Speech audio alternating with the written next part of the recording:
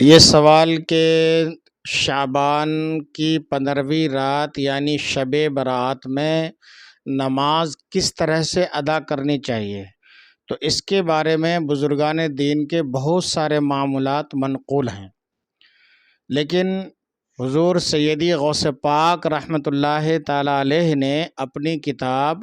غنیت الطالبین کے اندر اس رات میں یعنی شب برات میں نماز پڑھنے کا ایک خاص طریقہ آپ نے بتایا۔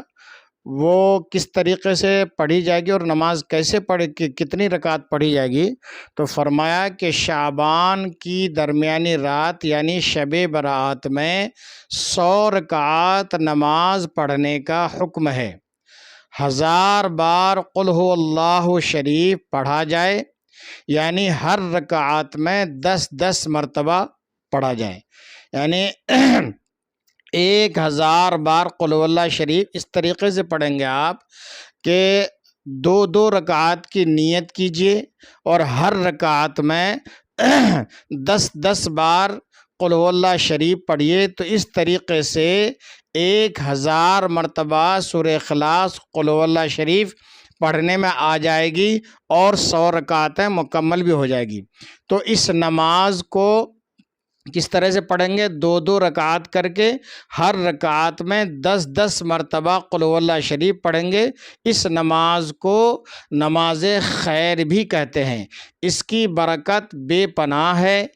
اگلے زمانے میں نیک لوگ یہ نماز جماعت کے ساتھ ادا کیا کرتے تھے۔ یہ حضور غوث پاک کے فرمان ہیں، فرماتے ہیں کہ اگلے زمانے میں نیک لوگ یہ نماز جماعت کے ساتھ ادا کرتے تھے، لوگ یہ نماز پڑھنے جمع ہو جایا کرتے تھے۔ اس نماز کی بہت ساری فضیلتیں، برکتیں اور بے پناہ ثواب ہے۔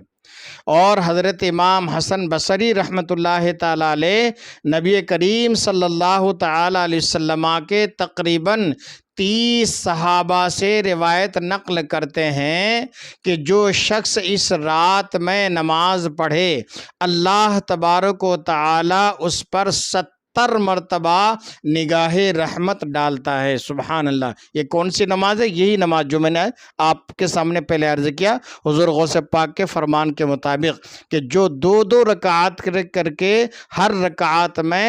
10 مرتبہ قل هو اللہ شریف پڑھے اور 100 رکعت پڑھے اور 1000 مرتبہ قل هو اللہ شریف کی تعداد پوری کرے،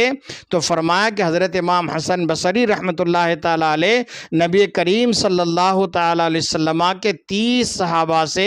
روایت نقل کرتے ہیں کہ جو شخص اس رات میں اس طرح سے نماز پڑھے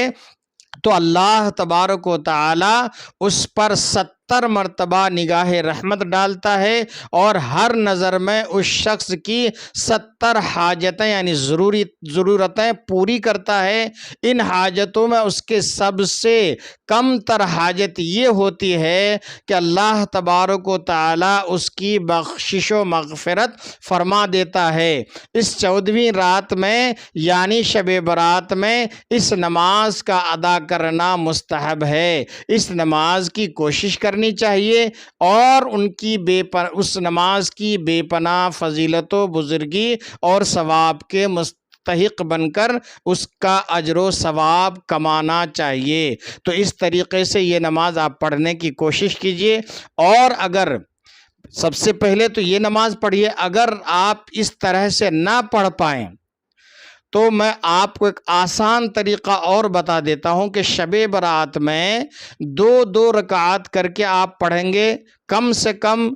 2 رکعت، درمیانی 8 رکعت، زیادہ سے زیادہ 12 رکعت۔ یہ کون سی نماز؟ یہ نماز تہجد ہے، اور اس کا طریقہ یہ ہے کہ آپ نماز عشاء پڑھنے کے بعد تھوڑی دیر کے لیے 1 گھنٹہ یا 15-20 منٹ سو جائیے، اس کے بعد آپ کی طبیعت بھی فریش ہو جائے گی،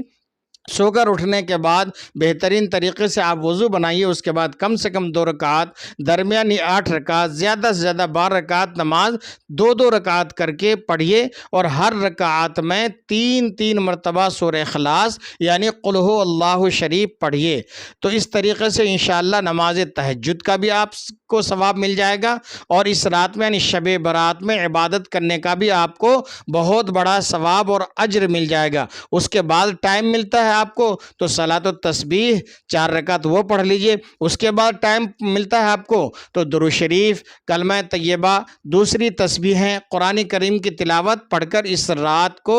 رات کی فضیلتوں سے اپنے آپ کو